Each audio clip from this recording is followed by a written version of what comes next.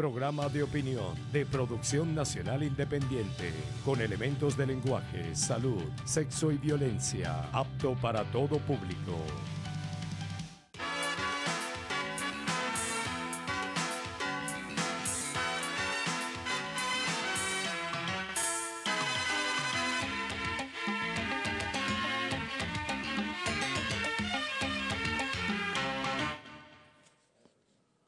Amigas y amigos, el sistema electoral venezolano no necesita comparaciones para que destaquen sus excelencias, sus virtudes. Es un sistema a prueba de cualquier intento por violar su seguridad. Es un sistema que funciona con eficiencia y que garantiza a los electores su voto para que sea respetado este. Es un sistema que está plenamente garantizada su transparencia. El sistema cuenta además con una praxis de casi 20 años en el ejercicio impecable de diversos procesos electorales. Las veces que dirigentes políticos inescrupulosos y sin argumentos para explicar sus derrotas arremeten contra nuestro sistema electoral acusándolo de auspiciar el fraude, quedan en ridículo porque nunca han podido presentar una sola prueba de la denuncia. Al contrario, en cada oportunidad la acusación ha servido para reforzar las virtudes del poder electoral, tanto de su equipo como de los integrantes del órgano doctor, el Consejo Nacional Electoral. Pero si persistiese alguna duda acerca de la eficacia e idoneidad del sistema electoral venezolano y la crítica cargada de infamias que le formulan sectores interesados en descalificarlo para alimentar la desestabilización de las instituciones, bastaría comparar, por ejemplo, su funcionamiento con el del aparato electoral colombiano en las recientes elecciones parlamentarias de ese país.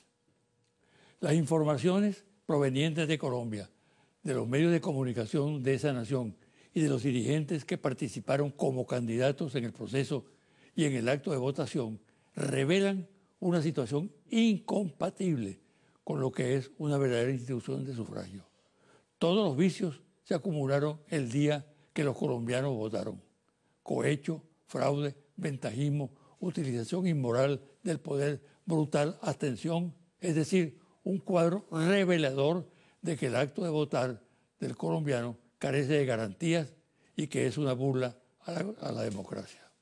La comparación entre uno y otro sufragio, entre el colombiano y el venezolano, sirve para exaltar las bondades del sistema electoral venezolano respecto al colombiano y me atrevería a decir que respecto a cualquier otro sistema electoral en el mundo. Además, que lo sucedido deja muy mal parado al presidente colombiano Juan Manuel Santos, quien se ha dedicado a cuestionar el sistema electoral venezolano y a decir que no reconocerá el resultado de las próximas elecciones presidenciales. Pero la lengua es el peor castigo del cuerpo y de los mandatarios irresponsables y metiches. Nota especial con motivo del fallecimiento de un gran artista y gran amigo, Mateo Manaure. Fue un ser humano excepcional, uno de los más brillantes artistas plásticos de Venezuela, creador insigne que ensayó audaces formas de expresión artística, con base en una rigurosa formación cultural. Mateo Manaure fue también alguien que vivió con intensidad la lucha social, que enarboló principios y que tenía una convicción irreductible de las causas justas. Fue alguien que nunca eludió el compromiso con los cambios y militó con fervor en las causas de las ideas transformadoras.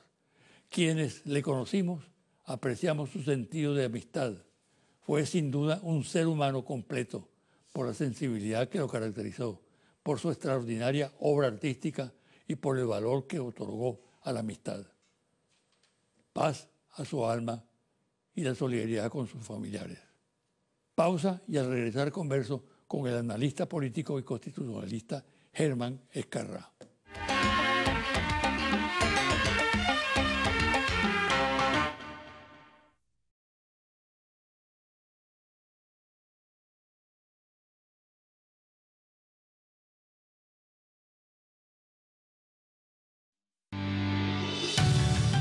Estás viendo José Vicente Hoy.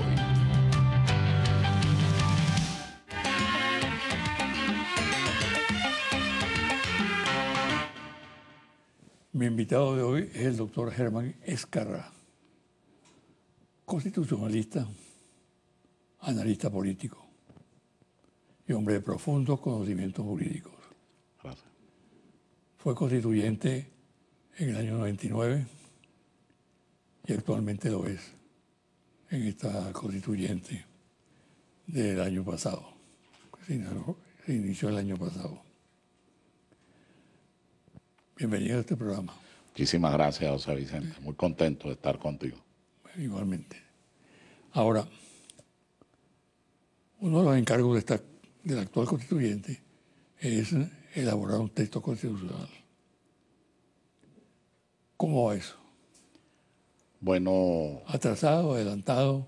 va bien, lleva los tiempos propios de un proceso que es diferente al proceso del 99. En el proceso del 99 había una situación rupturista porque la constitución que debía elaborarse debía a su vez recoger aquella idea de la democracia social, participativa y protagónica en contraposición a la democracia representativa, de la partidocracia, de la plutocracia. Y ciertamente tenía que contravenir a lo que los constitucionalistas llaman la fórmula política de la Constitución. Tenía que desarrollar una nueva visión del país. En el caso de este proceso no se trata de contraponer la Constitución del 99 al nuevo proyecto constitucional, sino de profundizar la Constitución del 99 y perfeccionar aspectos que unas por razones de tiempo, otras por algunas seguramente equivocaciones se produjeron y que ahora hay que intentar mejorar, sustituir para el bienestar. Desarrollarlas, ¿no? Desarrollarlas para el bien de la nación. De tal manera que se trata de procesos distintos. A esos efectos se nombraron 22 comisiones, todas temáticas. La primera de ellas, la Comisión Constitucional, que me honro en presidir por segunda vez, porque también fue lo que hicimos en el 99, y se está en el proceso ya del primer documento que refleja el conjunto de ponencias, de aportes, no solo de las comisiones, sino de entidades privadas, de organizaciones sociales e incluso del propio poder constituido, es decir, del Estado y de sus órganos. ¿Y ya vienen con algún informe previo? Sí, viene con un informe previo, viene un primer documento que no anteproyecto ni proyecto, sino un primer documento. Ese documento entrará sin lugar a dudas a consulta, decisión que tomará la Junta Directiva de la Asamblea Nacional Constituyente. ¿Cuándo lo presentan? Nosotros ya presentamos eso el viernes pasado a la presidenta, nuestra muy querida y admirada y valiente presidenta Delcy Rodríguez, que como sabes, tú la has tenido aquí en tu programa. Es una joven muy brillante, muy acertada su elección y que viene haciendo una gran labor de Estado en el proceso constituyente. A ella se le va a entregar junto con la directiva, donde está Tania Díaz, donde está Elvis Amoroso, además de un equipo de asesores. Ahí ellos decidirán abrir seguramente eso a consulta y una vez que tengamos la retroalimentación, es decir, la respuesta, pasamos al segundo documento ya previo al anteproyecto que se discutirá en el plenario de la Asamblea Constituyente. Germán, vamos a entrar directamente a la política, ¿no? Venezuela está sometida a un bloqueo en este momento. Un bloqueo que se extrema cada día más y que tiene una finalidad. No solamente el derrocamiento del presidente Maduro, sino acabar con el proyecto bolivariano y lo más grave, si se puede hablar de mayor gravedad, prácticamente acabar con la soberanía y la independencia de Venezuela. Ese bloqueo lo dirige directamente la Casa Blanca. No. Todo el tren de gobierno del actual presidente norteamericano está al servicio de ese proyecto. Es increíble cómo se concentra el ataque contra un país pequeño, aunque no busca guerra a nadie con semejante poder en marcha, ¿no? Cada día toman nuevas medidas. Es una especie de escalada. Una iniciativa exitosa como el Petro inmediatamente tiene una respuesta en la Casa Blanca. Directamente el jefe del Estado, el presidente de los Estados Unidos.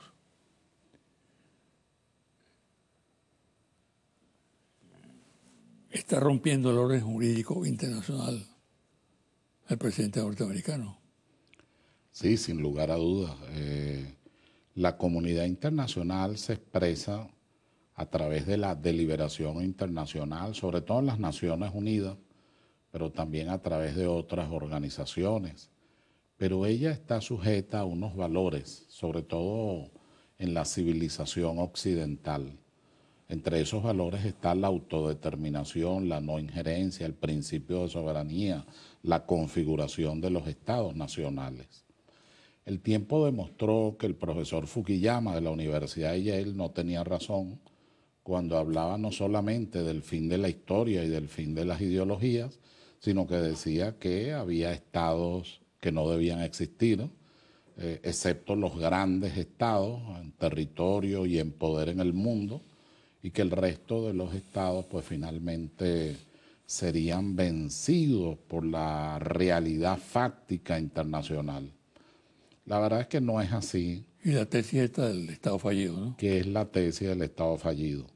La verdad es que no es así, Venezuela lo ha demostrado, muchísimos países en el África, en Asia, en la América Latina, en el Caribe, lo han demostrado con muchísima claridad. Solo que la especificidad de este proceso, de este conflicto, ha traído como consecuencia una acción, como bien lo decía, muy directa de dos presidentes. Del presidente Obama, con su famosa resolución ejecutiva o acto de gobierno, donde nos declara como una amenaza inusual y extraordinaria a la seguridad de los Estados Unidos, y luego en el caso del señor Trump, bueno, con todas las sanciones que viene proporcionando a Venezuela, desconociendo además el orden internacional que tiende a la paz, tiende a la solución pacífica de los conflictos, eso está en la Carta de Nueva York, tiende a la no injerencia, eso está en la Carta de Bogotá, constitutiva de la Organización de Estados Americanos y que ellos suscribieron. Sin embargo, el orden internacional expresado en esa forma a través de valores y a través de normas internacionales jurídicas es desconocido. Y entramos entonces en lo que algunos analistas políticos, teóricos de la política del Estado, llaman la realpolitik, que tiene que ver más con hechos fácticos, que es como en realidad se mueve la geopolítica mundial. Allí ataca el señor Trump, pero a la vez Venezuela resiste con mucha valentía, buscando alternativas y soluciones, consolidando acuerdos internacionales como lo viene haciendo, y de verdad, José Vicente, con una conducción muy valiosa del presidente Maduro, que no solamente se convirtió en un estadista de la paz en el esfuerzo que hace para abrir escenarios de diálogo, de restauración de la paz, de abolir el conflicto entre los venezolanos, sino que busca además alternativas económicas para resolver los ingentes problemas sociales que esa injerencia e intervención produce. Te pregunto, Germán, en el terreno jurídico, ¿qué respuesta puede tener esa ofensiva de los Estados Unidos? Por ejemplo, en esta situación concreta del Petro, bueno, que él decide prohibir. Cuando se produjeron aquellas sanciones a principios de año, yo en aquel momento, me acuerdo que fue en el bautizo de un libro sobre el Consejo de Estado, comenté, insistí en que debía irse a La Haya a iniciar un proceso jurídico. No se hizo así, pues habrá razones que yo no manejo en el orden político, pero yo soy un hombre de leyes y creo que hay que acudir a las instituciones, a los organismos internacionales, no solo en el plano de la denuncia política, sino también en el plano de los procedimientos. Ahorita se están violando los derechos humanos en términos graves cuando no se le permite al Estado venezolano hacer transacciones en divisas para poder traer, poder ingresar, mejorar la seguridad alimentaria, para poder mejorar el tema de las medicinas y tantos otros aspectos que afligen a nuestra población. Responsabilizan al Estado venezolano del desabastecimiento y resulta que lo que ellos son los que ellos crean esa situación. Exacto. Además muy grave en el orden económico, en el orden comercial, en el orden de los intercambios. Menos mal que Venezuela, a partir del presidente Chávez, abrió una especie de cosmovisión estratégica en el mundo y se establecieron relaciones con Rusia, parte importante de Asia, con muchos otros países que en este momento están apoyando a Venezuela y que van a seguirla apoyando.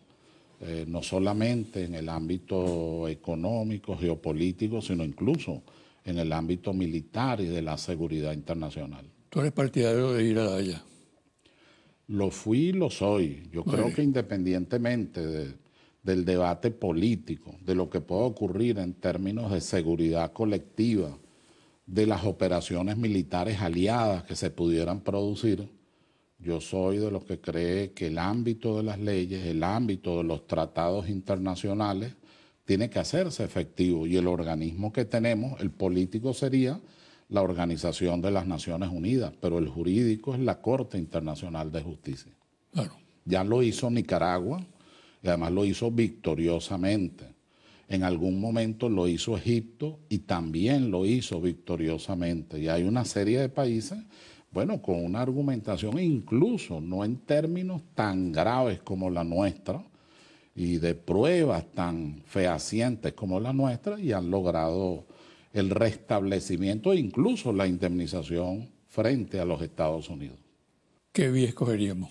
Bueno, yo pienso que hay que escoger vías simultáneas. O sea, por una parte, insistir más en la denuncia política, debidamente fundamentada, debidamente probada.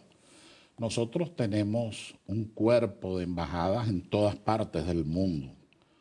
Yo creo que hay que intensificar el trabajo de esas embajadas. De la misma manera, pertenecemos a una serie de organismos internacionales que desarrollan su actividad en el plenario de las Naciones Unidas, una de las cuales el presidente casualmente la dirige, que es el grupo de los no alineados. Entonces creo que sobre eso hay que establecer una estrategia, hay que trabajar, hay que tomar medidas. Pero en paralelo hay que hacer las denuncias correspondientes en Ginebra en lo que tiene que ver con la parte de derechos humanos, pero en La Haya en lo que tiene que ver con la infracción de normas internacionales en términos graves, violada la Carta de Nueva York, violada la Carta de Bogotá, violada además los principios universales de la paz, los mecanismos para intentar entenderse dos países en conflicto, que por cierto, el conflicto lo plantea los Estados Unidos, no Venezuela. El presidente Maduro ha reiterado su disposición de hablar,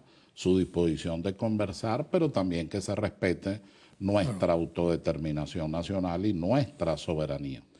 ¿Qué lectura tiene para ti la posición de Santos, presidente de Colombia? Oye, es muy lamentable, de verdad.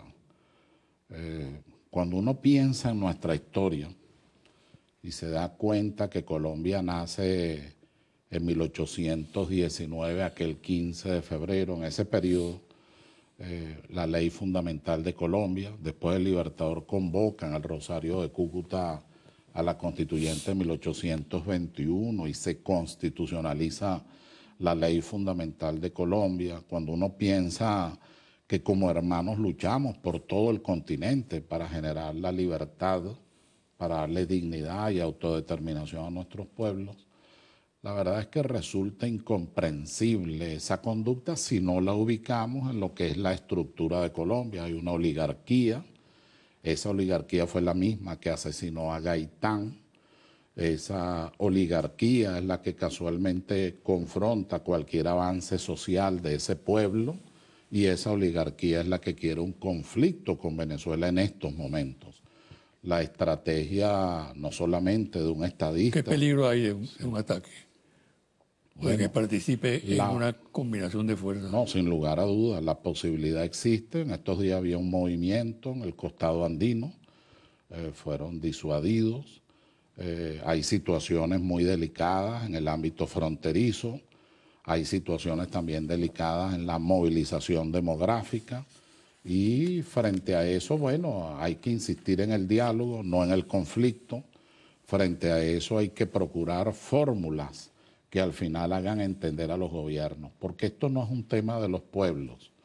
Nosotros tenemos, entiendo, un poco más de 5 millones de colombianos en Venezuela que viven con nosotros, que trabajan con nosotros, que tienen las mismas posibilidades de vivienda, de alimento, de trabajo, que han hecho un gran aporte también al desarrollo de Venezuela, pero eso es totalmente diferente de la situación de violencia que pretende instaurar la oligarquía colombiana. Ojalá eso no se verifique. Ya en alguna oportunidad, José Vicente, quizás tú lo recuerdas, esto se planteó, y el premio Nobel colombiano García Márquez dijo: me voy a colocar la bandera de Venezuela y me voy a ellos dicen la Plaza de Bolívar, y me voy a la Plaza de Bolívar. Y aquí Miguel Otero Silva dijo: me voy a poner la bandera colombiana y me voy a la Plaza Bolívar a clamar por la paz y por la vigencia política del pensamiento de Simón Bolívar. Vamos a hacer una pausa, Germán. Y quiero que al regresar toquemos un poco más el tema electoral. Cómo no, con todo gusto. Y lo que está en el fondo de esta ofensiva brutal por parte de los conjurados exteriores e internos. Internos también. ¿No? Contra el país.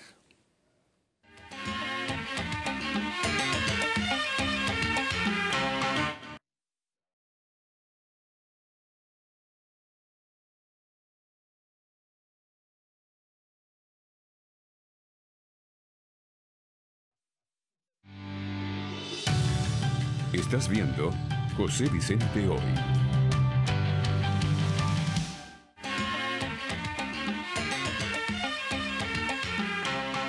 Germán, yo no tengo la menor duda de que estos 2 meses que restan para el 20 de mayo son cruciales. Este es un momento sumamente delicado para el país. Y se necesita ser un partidario de la violencia, de la aventura, del golpe, para no ver la situación de esa manera. Claro. Es decir, convertirse en cómplice de una aventura. De esta aventura participa desde la cúpula, la Casa Blanca, hasta nuestros vecinos. Creo que pueden ocurrir hechos graves. Yo no quiero ser un profeta de los desastres, pero siento la responsabilidad de que Claro. los venezolanos todos tomemos conciencia de la gravedad del momento.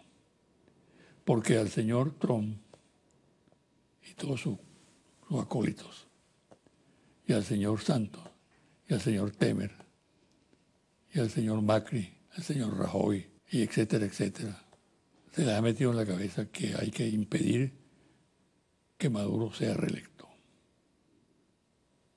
Incluso ir más allá, acabar con el proceso bolivariano y convertir a Venezuela en una factoría. Eso creo que está claro para mucha gente en este país. ¿Qué hacer entonces? Hay que decir ¿Cómo reaccionar? Sí, hay que decir, José Vicente, que en su ultimidad causal lo que buscan es disolver al Estado Nacional venezolano, repartírselo, porque Venezuela tiene la particularidad, la especificidad de tener recursos fundamentales que hemos reiterado y que la gente conoce. Se trata de la primera potencia, al menos hasta ahora, planetaria en materia de recursos energéticos, hidrocarburos. Es una potencia fundamental en materia de gas, lo es en materia de diamante, de oro, lo es en materia de coltán, uranio, plutonio. Es decir, no solamente minerales preciosos, sino minerales estratégicos. A la vez tiene una posición envidiable, porque el frente que tiene es un frente caribeño, que llega hasta la costa este de los Estados Unidos y más allá, del lado del Paso de la Mona y del Paso del Viento, y de este lado, por la fachada atlántica, llega hasta Europa. En el caso de la fachada andina, cubre mucho más allá de Colombia, en su proyección geopolítica, y por supuesto, en el área amazónica abarca prácticamente 4 estados. De tal manera que, además de tener recursos, tiene una implantación geopolítica de primera importancia, a la que juegan las oligarquías y algunos intereses muy particulares y claramente expresados. En lo que respecta a nuestros vecinos, están en una situación precaria.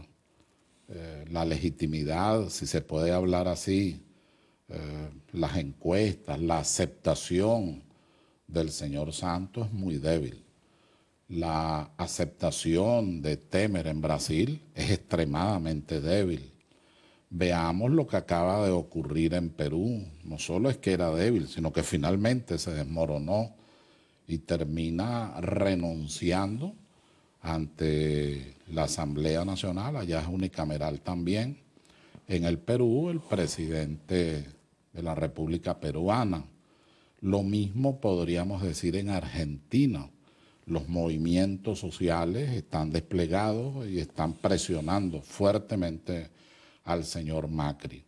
En el caso del PP y en el caso de Rajoy, la verdad es que más allá de los desahucios, más allá del tema de los adultos mayores, como los llamamos nosotros, y sus pensiones, la verdad es que hay una crisis económica fuerte y una crisis social tremenda, para no tocar el tema de las autodeterminaciones, los vascos, para no tocar el tema catalán, Cataluña, no. Sin tocar eso, hay una crisis extremadamente grave, de tal manera que se trata de liderazgos que se han unido, pero extremadamente débiles, solo influidos por la presencia de los Estados Unidos, que tampoco es muy fuerte, sobre todo en el orden económico.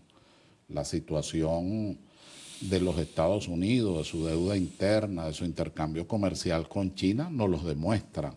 O sea, es un país débil en ese aspecto, tiene una deuda, bueno, impresionante desde todo punto de vista, y tiene además mucha falta de recursos. Ahorita con la exposición de Putin en materia tecnológica, en materia armamentista, bueno, queda muy claro que la superioridad en términos militares de Rusia y no de los Estados Unidos. Es decir, lo que intento explicar es que este conglomerado que ataca a Venezuela, además de no tener legitimidad, tiene mucha precariedad en el orden electoral y por supuesto en el orden de la aceptación de los pueblos. En Venezuela, ¿qué ha ocurrido? En Venezuela el pueblo viene resistiendo. En Venezuela, por mucho menos, de eso tú sabes muchísimo, José Vicente, pero por muchísimo menos ocurrió el Caracazo. Y ve las presiones a las que está sometido el gobierno y el Estado Nacional, y el pueblo dando lecciones de heroicidad, de resistencia, de fe en la democracia, de fe en los valores y principios de la revolución bolivariana. Yo pienso que, aunque es un escenario complejo y difícil, porque lo es, no podríamos engañar a nadie, no estaría bien que hiciéramos eso. Tú eres optimista. Sí, yo afirmo que nosotros vamos a resolver esto, vamos a salir de esto. De hecho, se están dando pasos que podríamos tangibilizar, Quisiéramos que fuera más rápido y sobre todo que el tema de la seguridad alimentaria y de las medicinas se resolviera ya en forma inmediata.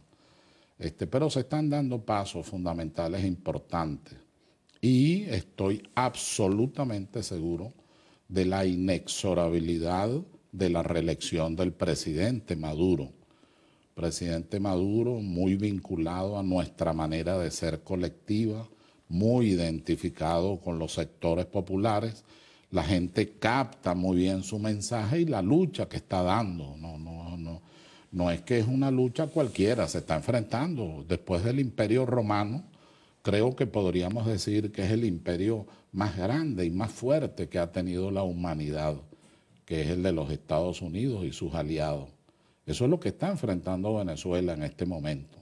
Y sin embargo, ha ido llevando con mucha resistencia, con mucha dignidad, con mucho orgullo nacional, ha ido avanzando en los términos en que lo podemos percibir con claridad.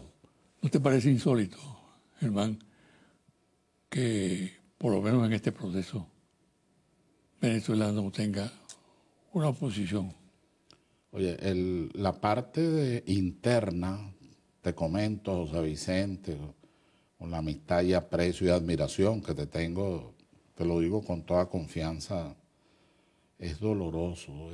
Es decir, cuando uno ve venezolanos que están en relación con estas potencias, particularmente con los Estados Unidos, que de cunclillas van para allá, que además solicitan la intervención militar sin importarles adultos mayores, mujeres, niños, es decir, no importa.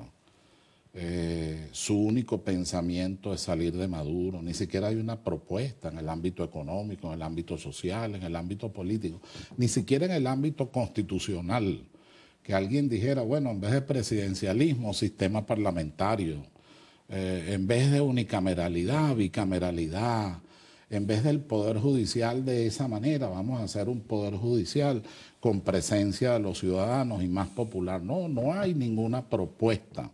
En el ámbito económico vamos a ir a una economía social, plural, participativa. No, para nada. Es salir de Maduro. O sea, es una cuestión verdaderamente increíble. Y además con actos graves de concupiscencia. No importa vender a Venezuela, de ninguna manera importa si los llamas traidores a la patria o no. Y algo muy grave, José Vicente, que veo en los últimos... ¿Por qué no se legisla sobre esa materia? Se va a hacer. Lo digo aquí, frente a ti, frente al enorme público que tú tienes, se va a hacer.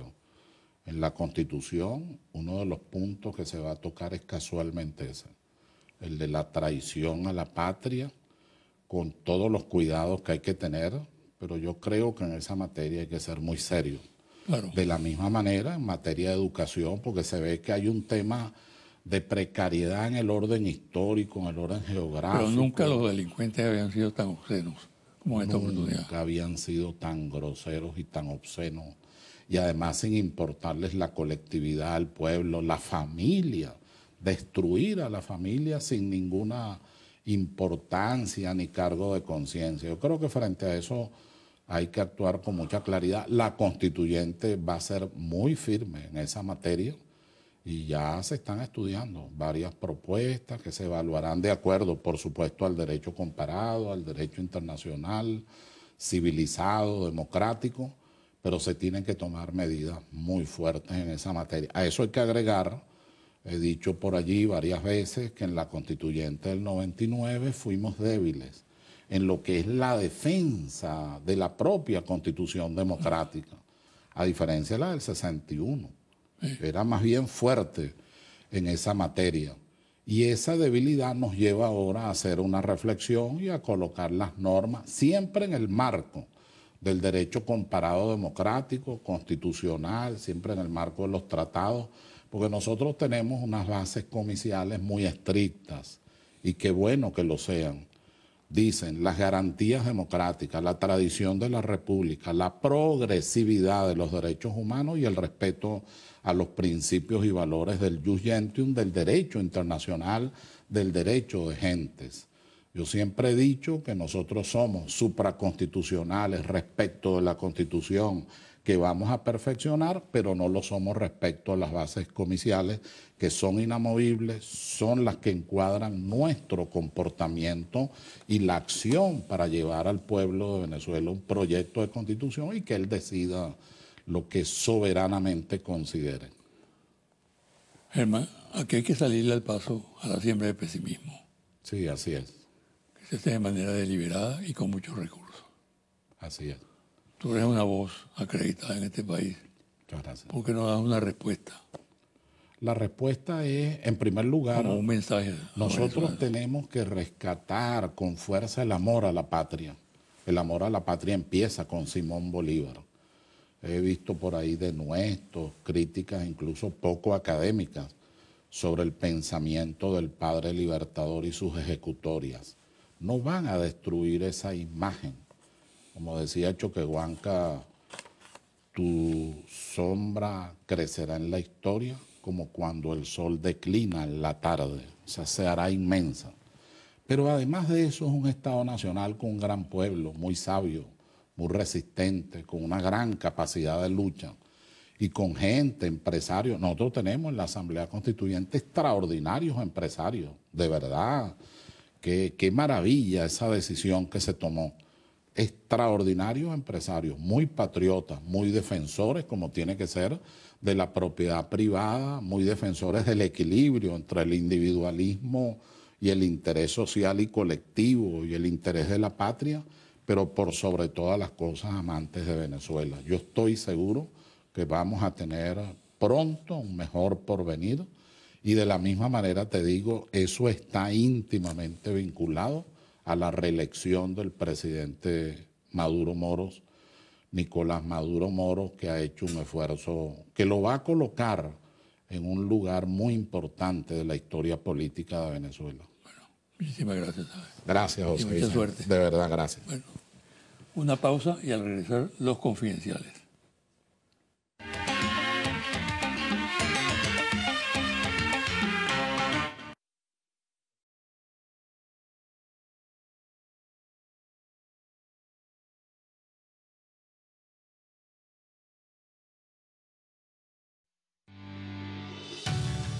Estás viendo José Vicente Hoy.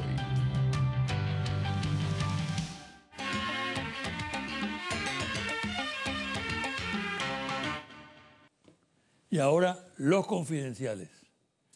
En medios de inteligencia se evalúan varias hipótesis sobre los sistemas que estaría dispuesto a utilizar el gobierno norteamericano para crear una situación de caos en el país que afecte al actual proceso electoral. Entre las opciones estaría un ciberataque contra las comunicaciones, sobre el funcionamiento de las dependencias del gobierno y los servicios públicos en general.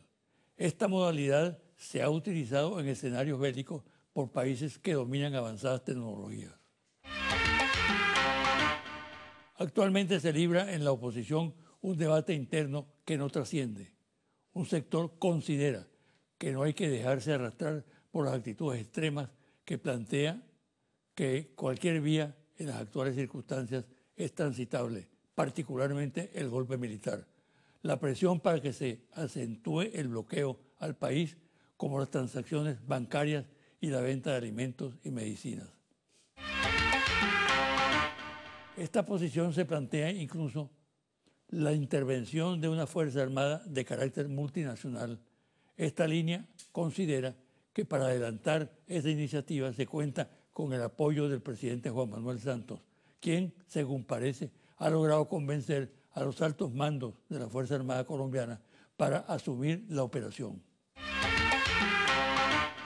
Sin embargo, esta posición extrema no cuenta con suficiente apoyo en el conjunto de la oposición, ya que otro sector discrepa abiertamente, considera que se trata de una aventura temeraria, ya que el golpe militar no cuenta con respaldo suficiente en la Fuerza Armada Nacional Bolivariana, como lo demostró el fracasado intento reciente, y una invasión extranjera menos por la condena internacional que se provocaría y la resistencia que hallaría en el país, en la población y en las unidades militares muy bien dotadas, por cierto. Mientras la oposición ocupa su tiempo, que corre rauda para la elección presidencial del 20 de mayo en dilucidar el qué hacer en materia de campaña electoral, el chavismo le imprime un ritmo arrollador a la movilización de calle a favor del candidato Nicolás Maduro. La oposición prácticamente no tiene campaña y el único de sus miembros, Henry Falcón, tiene una situación muy difícil. Carece de maquinaria y de implantación nacional y es objeto de una feroz campaña de descrédito basada en acusarlo de traición. El encargado de negocios de los Estados Unidos en Venezuela, el diplomático Todd Robertson, al mismo tiempo que se declara a favor de las buenas relaciones de Estados Unidos y Venezuela, incurre en reiterados actos de provocación. Por ejemplo, visita el aula magna de la Universidad Central de Venezuela con un mensaje antigobierno. Y lo mismo hace en una fábrica de chocolate en Mirogo, Barlovento. Además, tiene constantes reuniones con dirigentes de la oposición. Por cierto, los más radicales. Por cierto, similares actitudes mantuvo en Guatemala cuando ejerció como diplomático. El nuevo secretario de Estado de los Estados Unidos, sucesor del petrolero Tillerson, Mike Pompeo, mantiene estrechas relaciones con el gobierno de Juan Manuel Santos en Colombia, país que visita constantemente. A finales del año pasado recorrió las 7 bases militares que mantiene el gobierno norteamericano en territorio colombiano y también estuvo en La Guajira. También se reunió varias veces con el alto mando militar y la dirección política le informó al término de la misión que le había entregado al presidente Trump toda la información que éste le pidió sobre Venezuela, por lo cual ya se podía tomar una decisión sobre este país. Gina Haspel, la nueva directora de la CIA, es una funcionaria caracterizada por el ejercicio de la violencia y la política guerrerista. En Afganistán destacó como agente de la CIA en tales prácticas que han hecho de ella una apologista de la tortura. En la foto, en pantalla, aparece sonriendo al lado de un soldado que está siendo torturado. Por supuesto, en nombre de los derechos humanos. Parece que esta actitud le valió el ascenso. Confidencial al cierre. Interlace, Monitor País, Confidencial, Reporte Ejecutivo, Ficha Técnica 1580, entrevistas directas en hogares en todo el país desde el 6 de marzo al 21 de marzo de 2018. Resultados. ¿Qué tan dispuesto estaría usted de ir a votar en estas elecciones presidenciales adelantadas? Definitivamente iría a votar, probablemente iría a votar. Definitivamente no iría a votar, probablemente no iría a votar. 54% definitivamente votaría. 16% probablemente votará. Total 70%. 20% definitivamente no votará. 10% probablemente no votará. ¿Usted está de acuerdo o en desacuerdo con la convocatoria a celebrar elecciones presidenciales adelantadas para el próximo 20 de mayo 2018? 67 de acuerdo, 32% en desacuerdo. No sabe, no responde 1%. ¿Usted considera que la decisión de algunos partidos políticos de no participar en estas elecciones presidenciales es correcta o incorrecta? Correcta, 22%. Incorrecta, 77%. No sabe, no responde 1%. Hasta aquí el programa de hoy. Me despido hasta el próximo domingo a las 9 de la mañana por este su canal Televen.